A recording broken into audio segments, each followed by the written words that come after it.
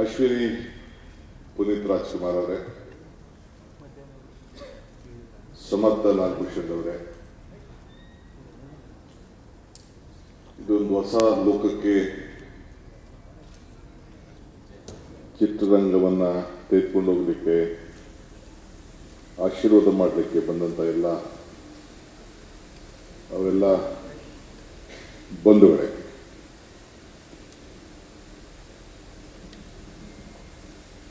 ಇದೊಂದು ವಿಶೇಷವಾದಂಥ ಚಿಂತನೆಗೆ ಸಮರ್ಥರವರು ಇವತ್ತಿನ ಕಾಲಘಟ್ಟಕ್ಕೆ ನಮ್ಮನ್ನೆಲ್ಲ ತೆಗೆದುಕೊಂಡು ಹೋಗ್ತಾ ಇದ್ದಾರೆ. ನಾನು ಒಂದು 2 ತಿಂಗಳ ಹಿಂದೆ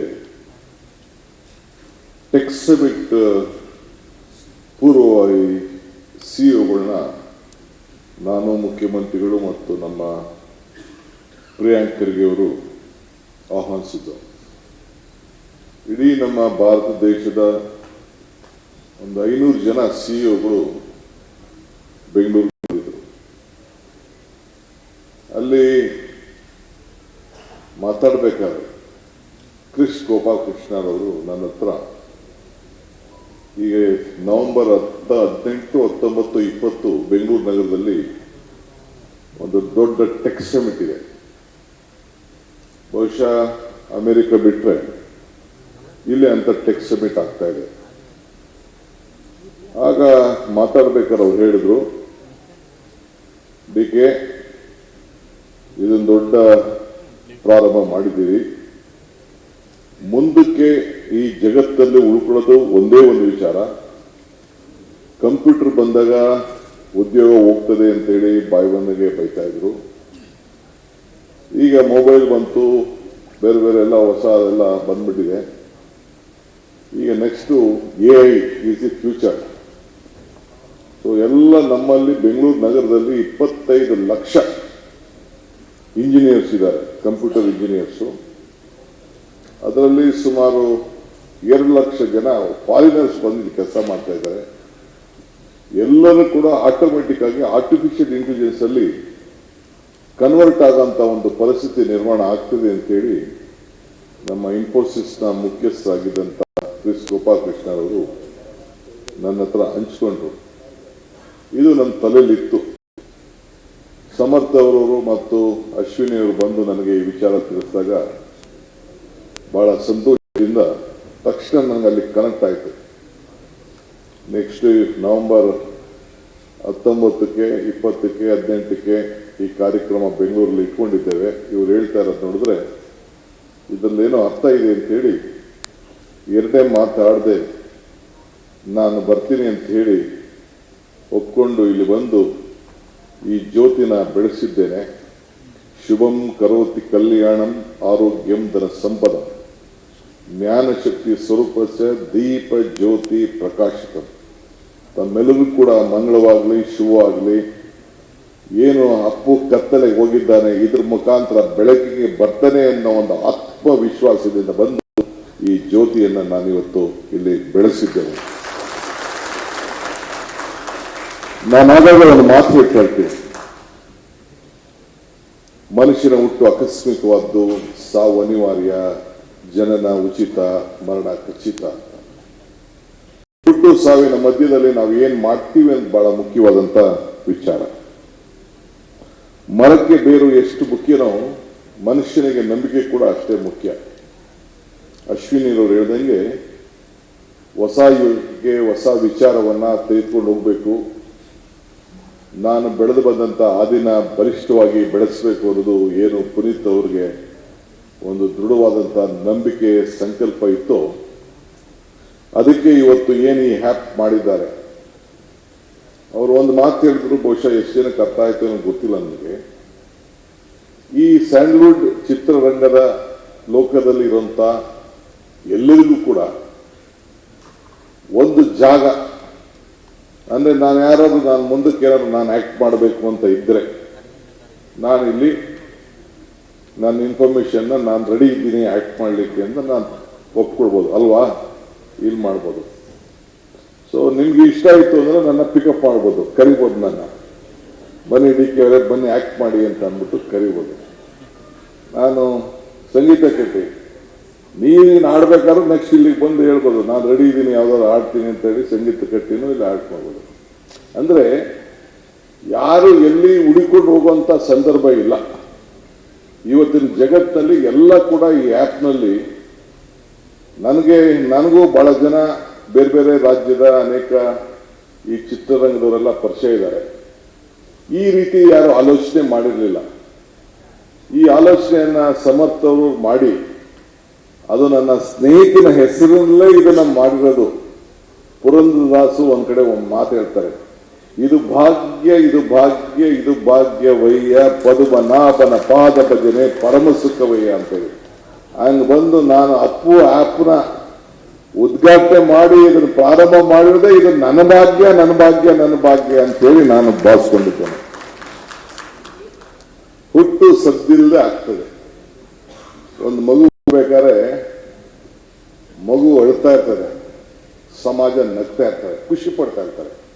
ಸೊಸೈಟಿಗೆ ನಮ್ಮ ಏನು ಒಂದು ನಾವೆಲ್ಲ ಆಸೆಯಿಂದ ಇದ್ದೋ ಆ ಮಗು ಬಂತು ಸಮಾಜಕ್ಕೆ, ನಮ್ಮ ಕುಟುಂಬ ಬೆಳೀತು ಅಂತೇಳಿ ಇಡೀ ಸಮಾಜ ಕುಟುಂಬ ಎಲ್ಲ ಸಂತೋಷ ಪಡ್ತದೆ.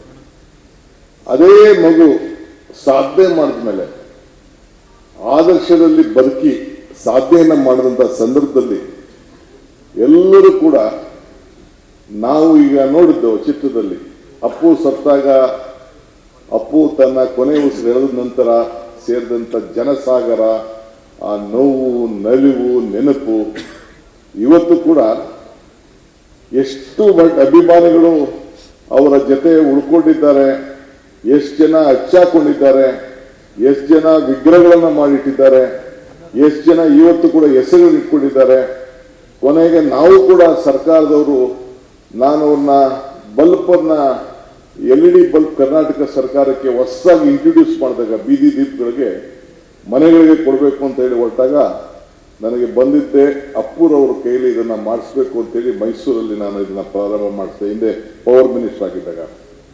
ಸೊ ಹಂಗೆ ಇವತ್ತು ಪ್ರತಿಯೊಬ್ಬರು ಕೂಡ ಆ ಮನೆಗಳಲ್ಲಿ ಇವತ್ತು ಆತ್ಮಧೈರ್ಯವನ್ನು ತುಂಬಲಿಕ್ಕೆ ಅವ್ರು ನಡೆದಂಥ ದಾರಿ ಇವೆಲ್ಲ ಕೂಡ ಗಮನದಲ್ಲಿಟ್ಕೊಂಡ್ರೆ ಒಂದು ದೊಡ್ಡ ಹೆಸರು ಅವರ ಹೆಸರಿನಲ್ಲಿ ಅವರ ಉಸಿರಿನಲ್ಲಿ ಏನು ಹೆಸರಿತ್ತು ಅದನ್ನು ಖಂಡಿತ ಈ ಆ್ಯಪ್ ಮುಖಾಂತರ ಒಂದು ಹೊಸ ಒಂದು ಬದಲಾವಣೆ, ಹೊಸ ಲೋಕಕ್ಕೆ ಒಂದು ದೊಡ್ಡ ಶಕ್ತಿ ಸಿಕ್ಕಂಗೆ ಆಗ್ತದೆ ಅಂತೇಳಿ ನಾನು ಭಾವಿಸ್ಕೊಂಡಿದ್ದೇನೆ.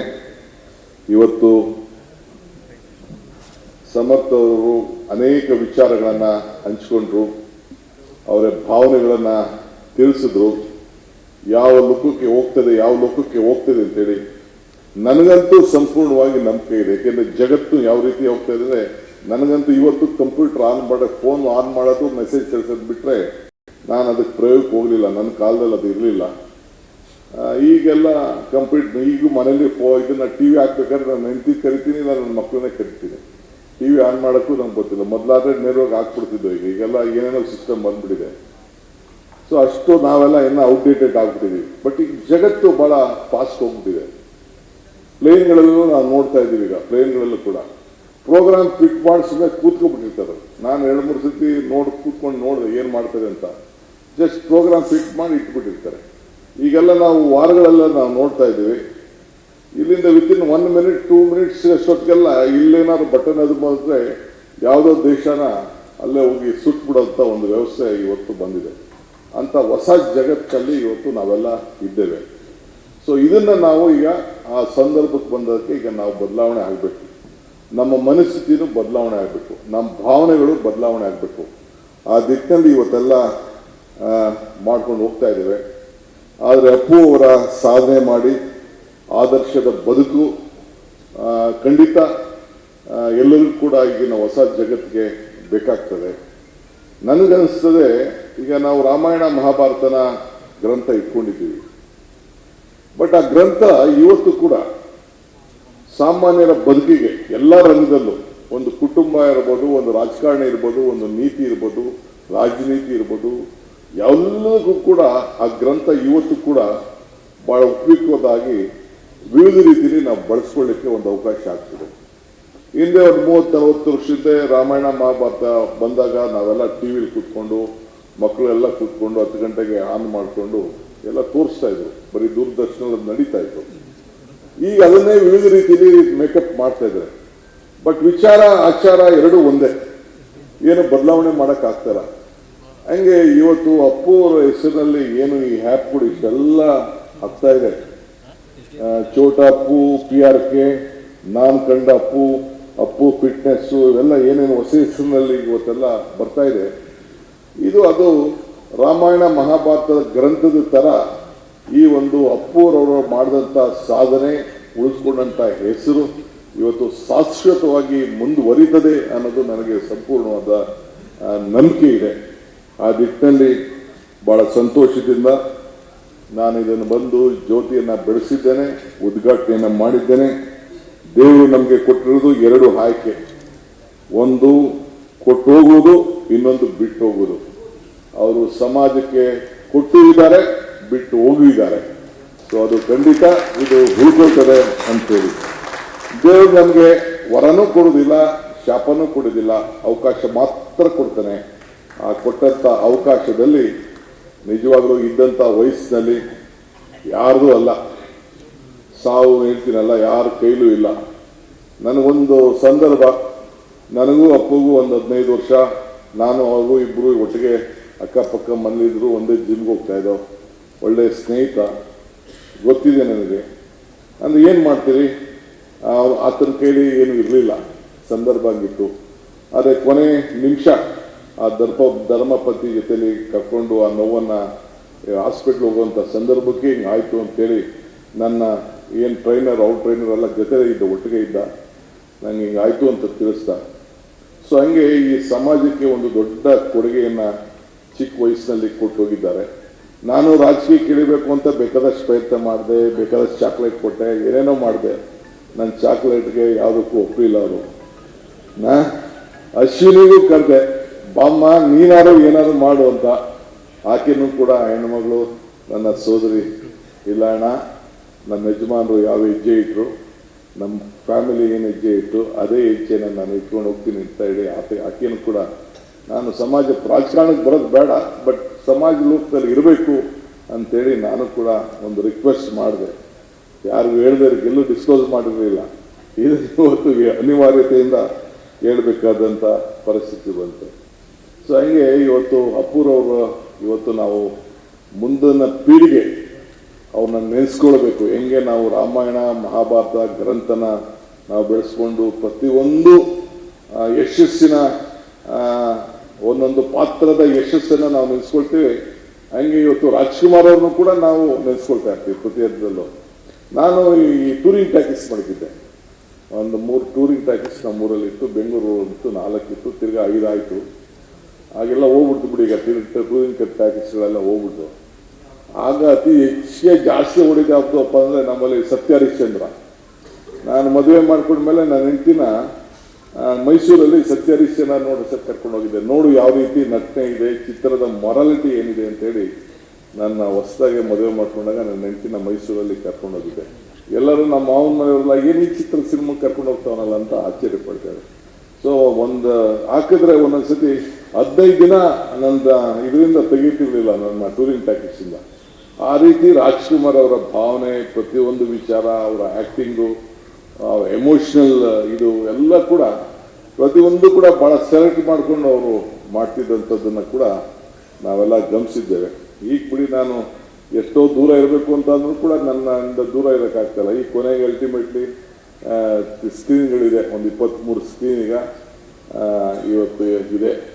ನನ್ನ ಹೆಸರಲ್ಲಿ, ನನ್ನ ಮಕ್ಕಳ ಹೆಸರಲ್ಲಿ ಎಲ್ಲ ಇವತ್ತು ಸ್ಕ್ರೀನ್ಗಳೆಲ್ಲ ಇವತ್ತು 23 ಸ್ಕ್ರೀನ್ ಇದೆ, ಬೇರೆಯವ್ರು ಕೊಟ್ಬಿಟ್ಟಿದ್ದೀನಿ. ಸೊ ನಾವು ಬಿಟ್ಟರು ಬಿಡೋಕ್ಕಾಗಲ್ಲ ಅಂತಂಗೆ ಈ ಚಿತ್ರರಂಗಕ್ಕೂ ರಾಜಕಾರಣಕ್ಕೂ ಇದು ಭಾಳ ಹತ್ತಿರವಾದ್ದು, ಏನು ಮಾಡೋಕ್ಕಾಗೋದಿಲ್ಲ.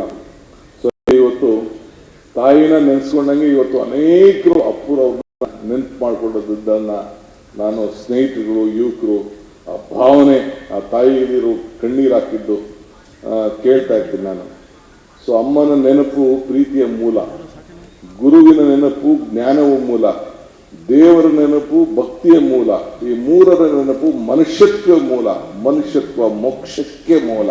ಹಂಗೆ ಅಪ್ಪುರವರು ಇವತ್ತು ಯಾವುದಕ್ಕಾರ ಒಂದು ಉದಾಹರಣೆ ಅಂತಂದರೆ ಅವರ ಬದುಕಿನಲ್ಲಿ ಮನುಷ್ಯತ್ವ ಇದ್ದಿದ್ದನ್ನು ನಾವು ಹೆಚ್ಚಿಗೆ ನೋಡಿದ್ದೇವೆ. ಯಾವುದೂ ಕೂಡ ಆಸೆ ಪಡದೆ ತನ್ನ ಕೆಲಸ ಎಷ್ಟೋ ಅಷ್ಟೇ, ಅಷ್ಟು ಬಿಟ್ಬಿಟ್ಟು ಯಾವುದು ಕೂಡ ಡಿವೈಟ್ ಮಾಡ್ಕೊಂಡಿಲ್ಲದೆ ಎಲ್ಲ ಹೃದಯವನ್ನು ಗೆದ್ದಿದ್ದಾರೆ. ಮಹಾತ್ಮ ಗಾಂಧೀಜಿ ಒಂದು ಕಡೆ ಒಂದು ಮಾತು ಹೇಳ್ತಾರೆ, if you want to control yourself use your brain, if you want to control others use your heart ಅನ್ನಂಗೆ ಅವರ ಹೃದಯದಿಂದ, ಆ ಹೃದಯ ಶ್ರೀಮಂತಿಕೆಯಿಂದ ಹೃದಯದಲ್ಲೇ ಇಷ್ಟು ದೊಡ್ಡ ಸಮುದಾಯವನ್ನು ಅವರು ಗಳಿಸಿದ್ರು. ಅದನ್ನು ಇವತ್ತು ಮುಂದಕ್ಕೆ ತೆಗೆದುಕೊಂಡು ಹೋಗಲಿಕ್ಕೆ ಈ ಒಂದು PRK ಆ್ಯಪ್ ಪ್ರಾರಂಭವನ್ನು ಮಾಡಿದೆ. ಇದು ಮುಂದುವರಿಲಿ, ನನಗೆ ಭಾಳ ಸಂತೋಷ ಆಯಿತು. ಬೇರೆ ಯಾವುದೇ ಸಂದರ್ಭದಲ್ಲಿ ಕರ್ನಾಟಕ ಸರ್ಕಾರದಿಂದ, ಈ DK ಶಿವಕುಮಾರಿಂದ ನಿಮ್ಗೇನಾದ್ರು ಇನ್ನೂ ಒಳ್ಳೆಯದಾಗಲಿ. ನಾನು ಈ ಒಂದು ಕುಟುಂಬದ ಒಬ್ಬ ಸದಸ್ಯನಾಗಿ, ನಾನು ಡೆಪ್ಟಿ CM ಅಂತ ಇಲ್ಲಿಗೆ ಬರಲಿಲ್ಲ, ನಾನು ಒಬ್ಬ ಈ ಕುಟುಂಬದ ಒಬ್ಬ ಸದಸ್ಯ. ನಾನು, ನನ್ನ ಸೋದರಿ ಮತ್ತು ಇವರು ಸಮರ್ಥ ಅವರು ಇದಕ್ಕೆ ಕೈ ಇಟ್ಟಿದ್ದಾರೆ. ಇದು ಶುಭ ಆಗಲಿ ಅಂತೇಳಿ ಭಾಳ ಸಂತೋಷದಿಂದ ಈ ಜ್ಯೋತಿಯನ್ನು ಇವತ್ತು ಬೆಳೆಸಿ ಉದ್ಘಾಟನೆಯನ್ನು ಮಾಡಿದ್ದೇನೆ. ಬೇರೆ ಮಾತಾಡ್ಕೊಂಡು ಹೋದರೆ ಗಂಟೆಗಟ್ಟಲೆ ನಾವು ಮಾತಾಡ್ತೀವಿ, ಇಲ್ಲಿಗೆ ಸಾಕು. ಭಾಳ ಸಂತೋಷ, ಒಳ್ಳೆ ಕೆಲಸ ಮಾಡಿದ್ದಾರೆ ಸಮರ್ಥ ಅವರೇ. Next generation artificial intelligence will take up a very big leap. ನನಗೆ ಇದ್ರ ಬಗ್ಗೆ ಅರಿವಿದೆ. Though I am not an educated man, much educated, but experience makes man perfect ಅನ್ನಂಗೆ ನನಗೂ ಒಂದು ದೊಡ್ಡ ಅನುಭವ ಇದೆ. ಇವತ್ತು ಟೆಕ್ನಾಲಜಿ, ಇವತ್ತು ಪರಿಸ್ಥಿತಿ ಹಂಗಿದೆ. ಮುಂದಕ್ಕೆ ಜನ್ರೇಷನ್ಗೆ technology will take everyone. So ಹಂಗೆ ಇವತ್ತು ಪ್ರತಿಯೊಂದು ಆರ್ಟಿಫಿಷಿಯಲ್ ಇಂಟೆಲಿಜೆನ್ಸ್ ತಾವೆಲ್ಲ ತೋರಿಸಿದ್ದೀರಿ. ಪ್ರತಿಯೊಬ್ಬರು ಕೂಡ ನಾವು ಕನ್ವರ್ಟ್ ಆಗಬೇಕಾಗಿದೆ. ನೀವಿಲ್ಲ ಅಂದು ಪ್ರತಿಯೊಬ್ಬರು ಕೂಡ ಕನ್ವರ್ಟ್ ಆಗಿದೆ. ನನಗೆ ಗೊತ್ತಿರಲಿಲ್ಲ. ಮೊನ್ನೆ ನಾನು ಯಾವುದೋ ನನ್ನ PA ಫೋನ್ ಮಾಡಿಬಿಟ್ಟು ನನ್ನ ಭಾಷಣದ ಬಗ್ಗೆ ಕೇಳ್ತಿದ್ದೆ. ನನ್ನ ಭಾಷಣ ಕೇಳ್ತಿದ್ದ. ನನ್ನ ಮಗಳು ಬೈದ್ಲು, ನಿನ್ನ ಭಾಷಣ ಹಾಕಪ್ಪ, ಇಲ್ಲೇ ಚಾಟಿಪಿಟಿ ಹಾಕಿ ಇಲ್ಲೇ ಬರ್ತದೆ ಅಂತ ಅಂದ್ಬಿಟ್ಟು 1 ನಿಮಿಷಕ್ಕೆ ಹಾಕಿ ತೋರಿಸೋದು, ನಿನ್ನ PA ಹಾಕಬೇಕು ಅಂತ. ಸೊ ಆ ಜನ್ರೇಷನಲ್ಲಿ ಇವತ್ತು ನಾವೆಲ್ಲ ಇದ್ದೇವೆ. ಸೊ ಮಕ್ಕಳು ಇದನ್ನು ಮುಂದುವರ್ಸ್ಕೊಂಡು ಹೋಗ್ತಾರೆ. ಚೆನ್ನಾಗಿ ಇವತ್ತು ಬೆಳೆಸಿದ್ದೀರಿ, ಒಳ್ಳೇದಾಗಲಿ. ಇನ್ನು ಮುಂದಕ್ಕೆ ಇದೊಂದು ದೊಡ್ಡ, ಎಲ್ಲರಿಗೂ ಕೂಡ ಭೀಮನ್ ಹೆಂಗೆ ತೋರಿಸ್ತಾರೋ, ಅರ್ಜುನನ ಹೆಂಗೆ ತೋರಿಸ್ತಾರೋ, ರಾಮನ ಯಾವ ರೀತಿ ತೋರಿಸ್ತಾರೋ, ವಿವಿಧ ರೀತಿಯಲ್ಲಿ ವರ್ಣನೆ ಮಾಡ್ತಾರಲ್ಲ, ಹಂಗೆ ಪ್ರತಿಯೊಂದು ಕೂಡ ಚಿಕ್ಕ ಬಾಲ್ಯ ಪುನೀತು ಕೊನೆಯ ಉಸಿರು ಒಳಗೂ ಕೂಡ ಯಾವ ರೀತಿ, ಮತ್ತು ಅವ್ರ ಜೊತೆಗೆ ಅವರ ತಂದೆ ಯಾವ ರೀತಿ ಇದನ್ನು ನಡೆಸ್ಕೊಂಡು ಬಂದರು ಅನ್ನೋದನ್ನು ತಾವು ತೋರಿಸ್ತಾರೆ. ನಾನು ಒಂದೇ ಅಸೆಂಬ್ಲಿಲಿ ಯಾವ ಒಂದು ಮಾತು ಹೇಳಿದೆ, ಯಶಸ್ಸು ಬರಬೇಕಾದ್ರೆ ಧರ್ಮರಾಯನ ಧರ್ಮತ್ವ ಇರಬೇಕಂತೆ, ದಾನಶೂರನ ಕರ್ಣನ ದಾನತ್ವ ಇರಬೇಕಂತೆ, ಅರ್ಜುನನ ಗುರಿ ಇರಬೇಕಂತೆ, ಭೀಮನ ಬಲ ಇರಬೇಕಂತೆ, ವಿದುರನ ನೀತಿ ಇರಬೇಕಂತೆ, ಕೃಷ್ಣನ ತಂತ್ರ ಇರಬೇಕಂತೆ. ಆಗ ಯಶಸ್ಸು ಕಾಣಲಿಕ್ಕೆ ಸಾಧ್ಯ.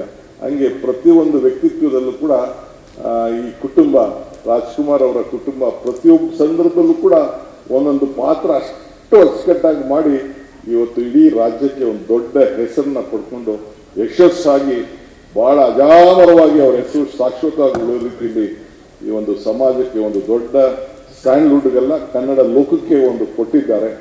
ಭಗವಂತ ಅವ್ರಿಗೆ ಒಳ್ಳೇದು ಮಾಡಲಿ. ಇದನ್ನು ಅವರ ಹೆಸರು ಶಾಶ್ವತವಾಗಿ ಅಜಾಮರವಾಗಿ ಇರಲಿ ಅಂತೇಳಿ ಪ್ರಾರ್ಥಿಸಿ ನನ್ನ 2 ಚಿಕ್ಕ 4 ಮಾತನ್ನು ಮುಗಿಸ್ತೇನೆ. ನಮಸ್ಕಾರ.